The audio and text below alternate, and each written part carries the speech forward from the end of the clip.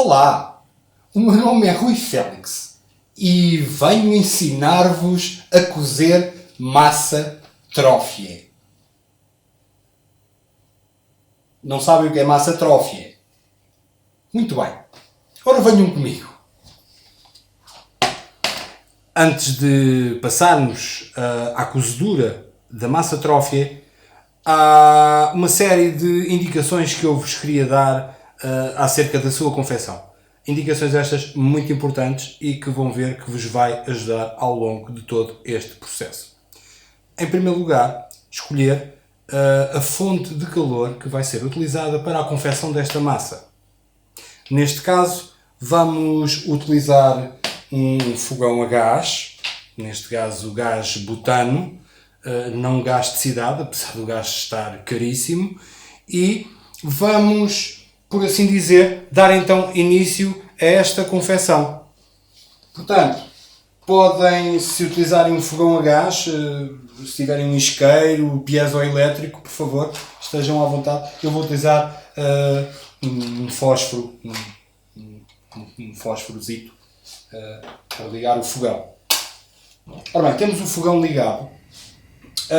E neste caso significa que o fogão está, neste caso, a utilizar o gás que circula por baixo para provocar então a combustão, não é? Nós estamos a utilizar aquilo que é descrito como fogo, não é?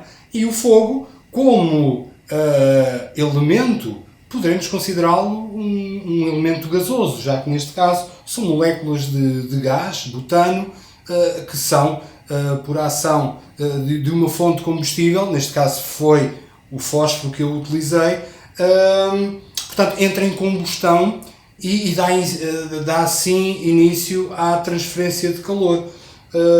Neste caso é uma chama azul, é uma chama bem quente, ok? Não convém aproximarem a mão muito, porque senão efetivamente podem-se queimar, e é importante reter que o fogo, neste caso, poderemos considerá-lo como, lá está, um gás inflamado, mas em condições muito particulares e pressões elevadíssimas, o fogo pode transformar-se, digamos assim, num outro estado da matéria, neste caso o estado do plasma. Okay? O plasma que também é um estado fundamental da matéria. Portanto, o fogo, como nós sabemos, foi descoberto pelo homem há cerca de, creio, 1.700.000 anos atrás, já descoberto pelo género Homo. Como sabem, portanto, o nosso género é Homo, a nossa espécie é Sapiens, ou seja, o homem que sabe, subespécie Sapiens, o homem que sabe que sabe. Portanto, já é o género homem a descobrir o fogo. Talvez essa centelha, essa primeira centelha de fogo tenha sido perdida na história do tempo. Mas pronto, é exatamente através do fogo que o homem ganha uma vantagem como espécie. O homem reúne-se à volta do fogo, o homem protege-se pelo fogo, o homem aquece, o homem recebe o calor desse fogo e, muito importante, não esquecer, o homem começa a cozinhar com esse fogo. Ou seja, utiliza o fogo para a transformação das características daquilo que se vai nutrir, neste caso, um aumento grande da quantidade de proteínas, é isso que fez também arrancar esse input que leva a que o homem evolua num curtíssimo espaço de tempo. Nós estamos cá neste planeta há cerca de 2 milhões de anos. Se pensarmos na idade da Terra, isso é o último segundo no último dia do ano. Portanto, estamos cá há efetivamente muito pouco tempo e, pronto, há relativamente pouco tempo também, assim, utilizamos o fogo para a confecção dos nossos alimentos. Em seguida, se calhar, iríamos passar para o outro ponto, então, da nossa receita. Em primeiro lugar, então, temos o fogo neste momento está estabelecido, ok? Queima um bocadinho. E vamos passar então à utilização de um tacho. Um tacho que pode ser um tacho qualquer que tenham em casa. Eu vou utilizar este. Isto é um tacho em tal, neste caso inox, portanto é um tacho com uma capacidade de cerca de 5 litros, não vão precisar mais de 5 litros, e vamos colocar então o tacho diretamente sobre a fonte de calor. Já está. Portanto, para primeiro início da nossa confecção, temos o tacho ao lume. Eu, por momentos, vou pousar aqui a tampa e vou então passar ao próximo passo, que é a adição de água neste tacho. Ok? A água está previamente, portanto, para acelerarmos um bocadinho aqui a nossa receita, a água já foi pré-aquecida, portanto, creio que isto não vai ter assim agora grande interferência, mas vamos então utilizar cerca de 1,5 litros de água, que vamos verter gentilmente. E esta água é a água que vai ser utilizada então para a confecção da nossa massa trófia. Podem verter sem problemas. Ela acabará por escorrer e ocupar, neste caso, a forma do tacho, que é uma das particularidades físicas da água, é o facto da água conseguir ocupar todos os espaços onde é depositada. E depois a água também, eu vou tapar agora o tacho só para acelerarmos aqui o processo.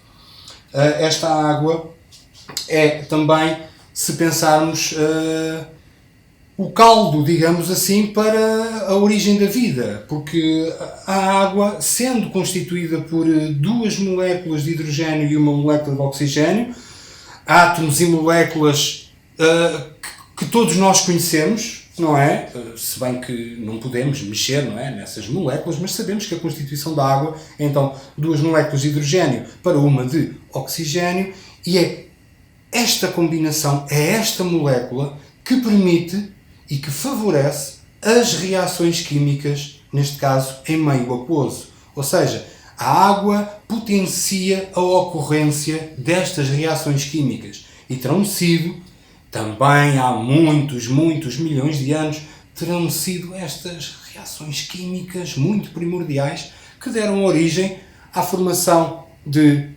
substâncias mais complexas, portanto, cadeias mais complexas, que depois poderão ter-se reunido numa membrana e deram origem àquilo que será o primeiro ser vivo unicelular, com capacidade, obviamente, de se reproduzir.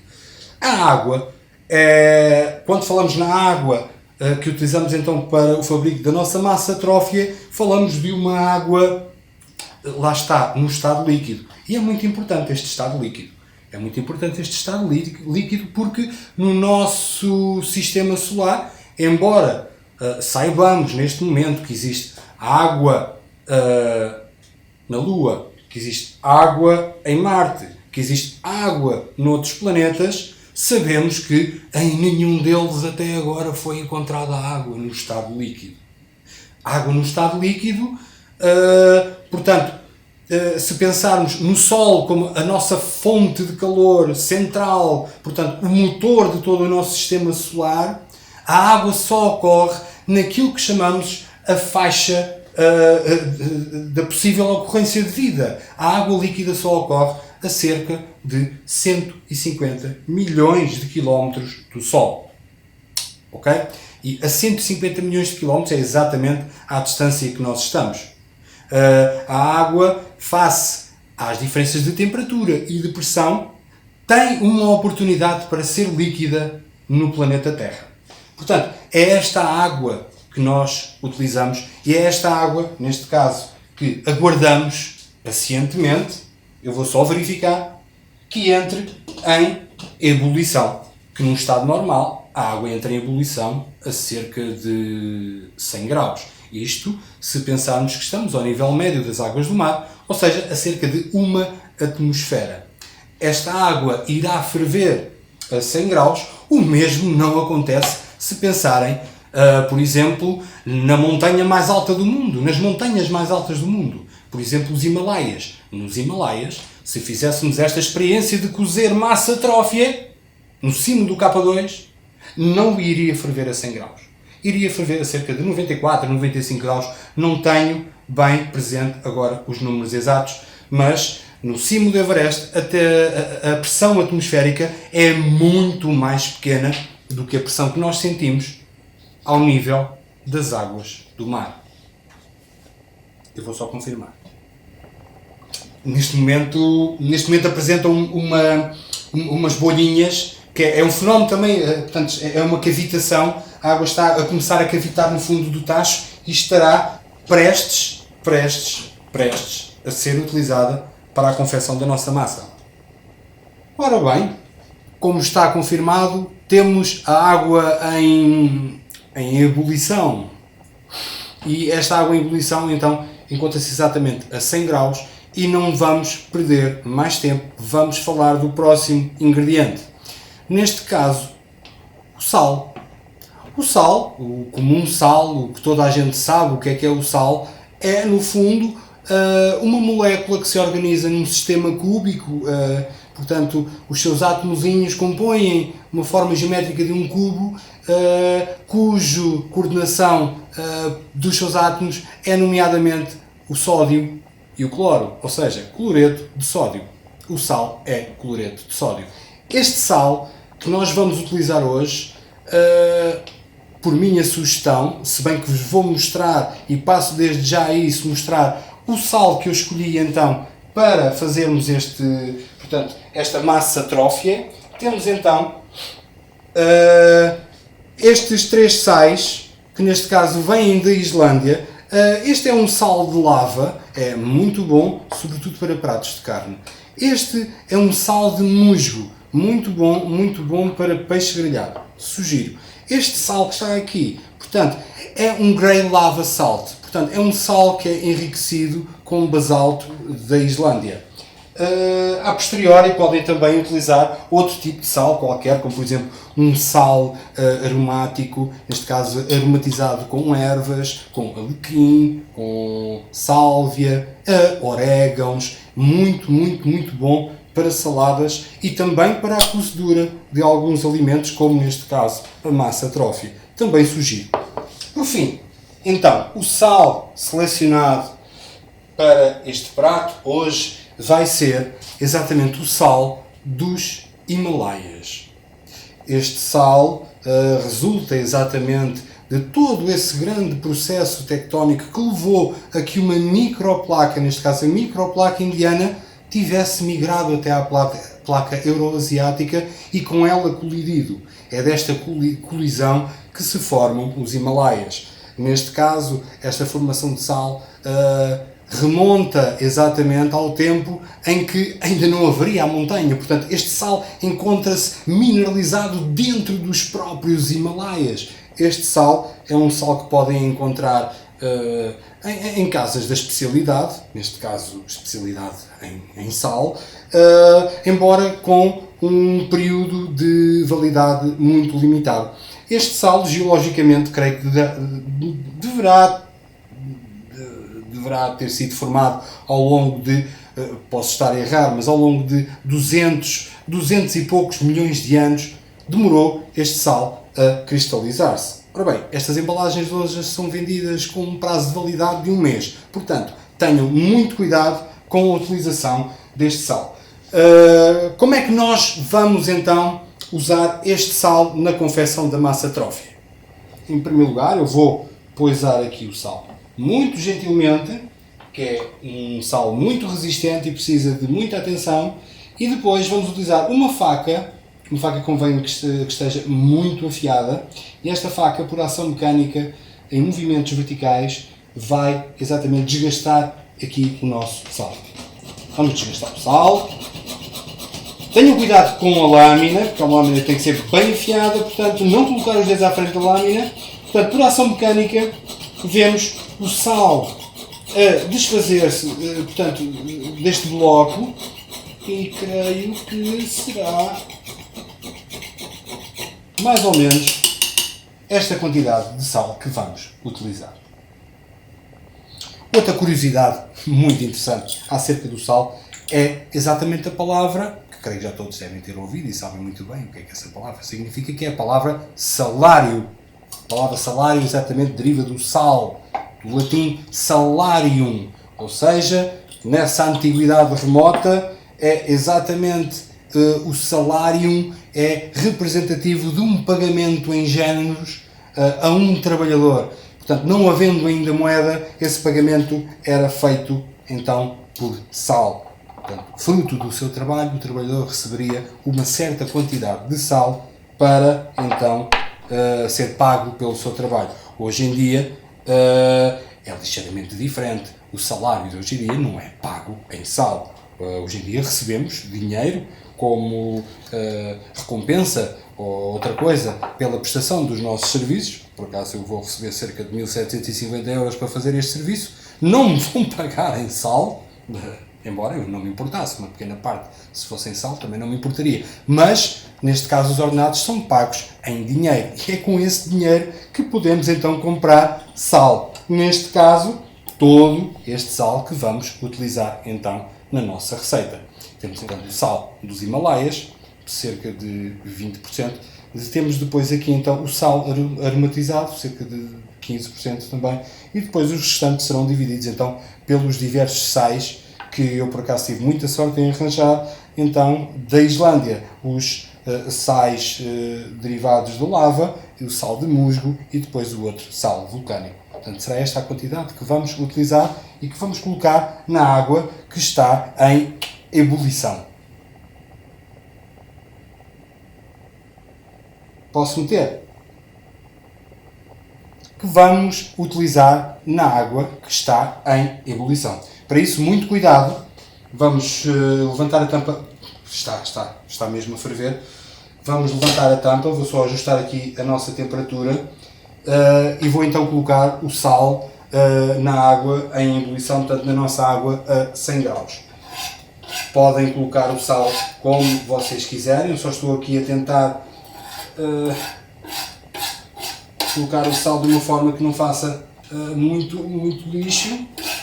E depois então por fim o nosso sal dos Himalaias. Neste momento podemos então tapar por breves instantes o tacho e vamos passar então à nossa massa trófia.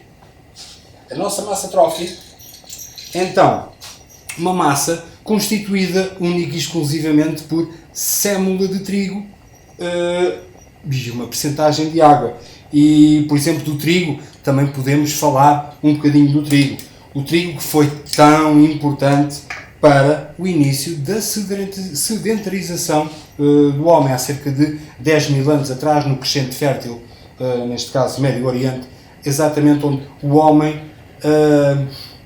eu não vou dizer descobre, mas acaba por domesticar uma planta que é um triticum, portanto é um trigo, ok? E ele quase que domestica esta planta para seu proveito e começa exatamente a confeccionar o pão, ou derivados exatamente do trigo. O trigo, como sabem, gera uma farinha muito rica e essa farinha que é utilizada, neste caso a célula dessa farinha, é utilizada para o fabrico então da massa que vamos utilizar hoje. É uma massa retorcida, portanto com um certo nível de quebradiço, como podem verificar. Portanto, é uma massa seca. Vamos utilizar, eu vou só colocar aqui a tampinha outra vez, vamos utilizar para duas pessoas cerca de 4 mãos, portanto, desta massa, portanto, com muito cuidado, vocês podem medir a massa na mão, ok? Uma mão,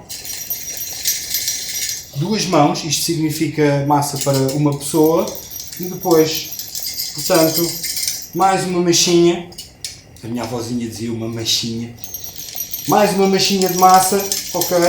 E temos então o suficiente para a confecção do nosso prato. Neste caso serão cerca de, ora bem, 25, 75, cerca de 100 grama de massa para o nosso jantar. Neste momento uma massa está mergulhada neste caldo fervente. Eu vou só, se eu tiver aqui o utensílio. Um momentinho só, por favor, peço-me desculpa. Tenho aqui só uma colher de pau, só para descolar, portanto, estes pequenos rolinhos de massa que neste momento embrulhados estão todos colados. É só abrir assim ligeiramente, eles ficam a nadar neste caldo e vamos proceder à contagem dos tempos para a confecção desta massa. Esta massa irá demorar cerca de 10 minutos a ser confeccionada. É muito importante respeitarem todas as instruções que vêm no pacote da massa que vocês podem adquirir numa mercearia de bairro pequenina mais próxima de vocês.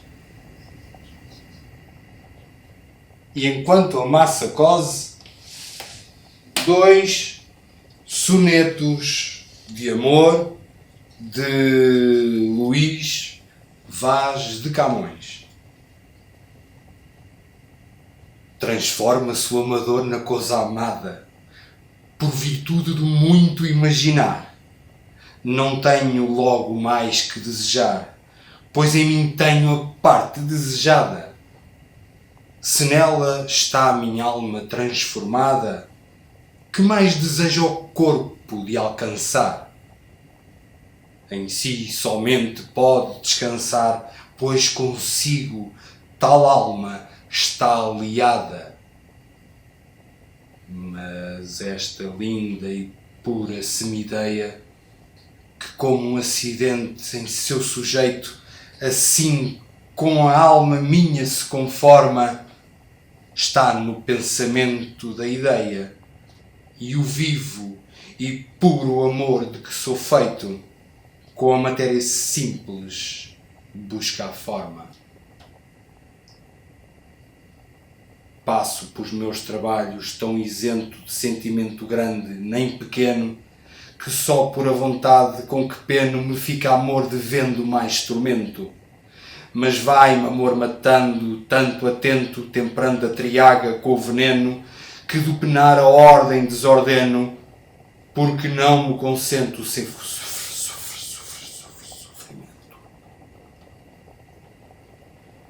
Porém, se esta fineza o amor sente, e pagar-me meu mal com mal pretende, torna-me com prazer como ao sol neve. Mas se me vê com os males tão contente, faz-se avaro da pena, porque entende que quanto mais me paga, mais me deve.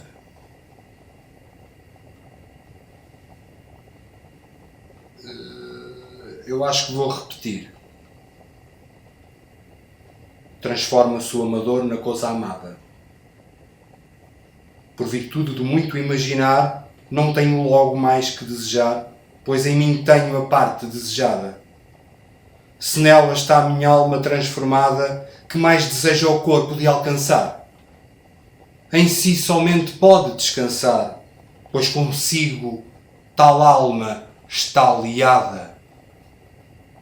Mas esta linda e pura semideia, que como um acidente em seu sujeito, assim com a alma minha se conforma, está no pensamento como ideia, e o vivo e puro amor do que sou feito, como a matéria simples, busca a forma.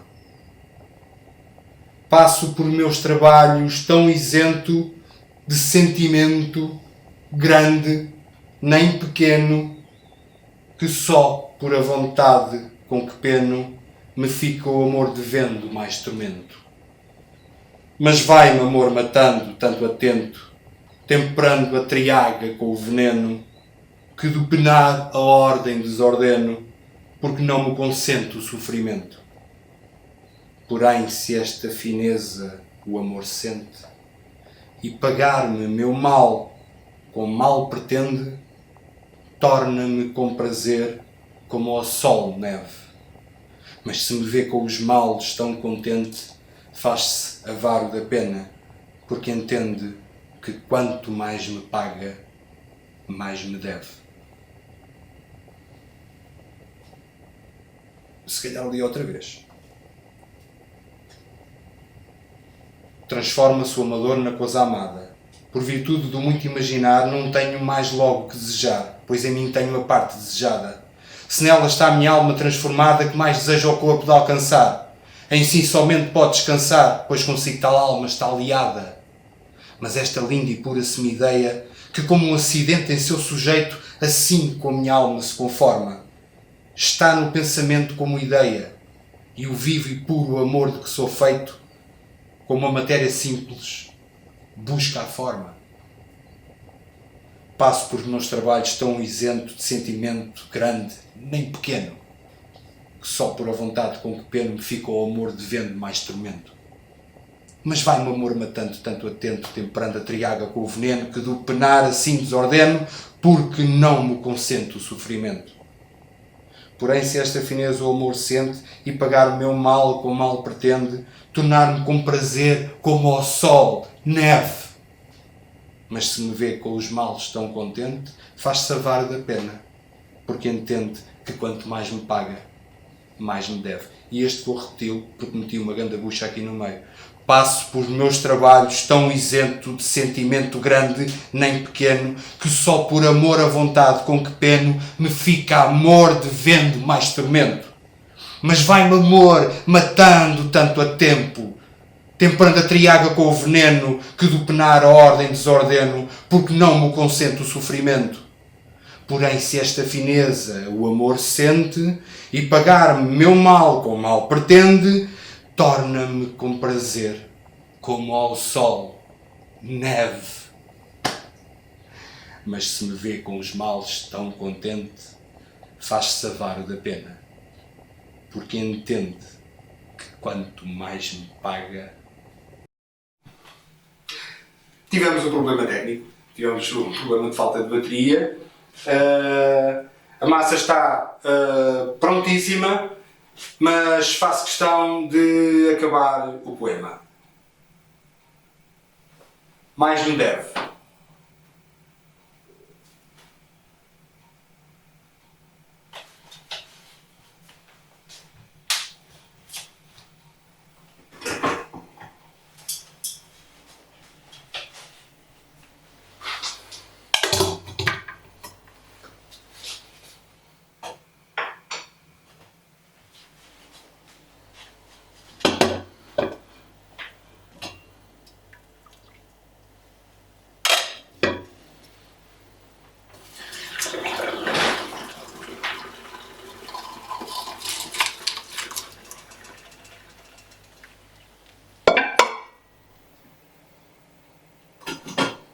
Reality is a thing.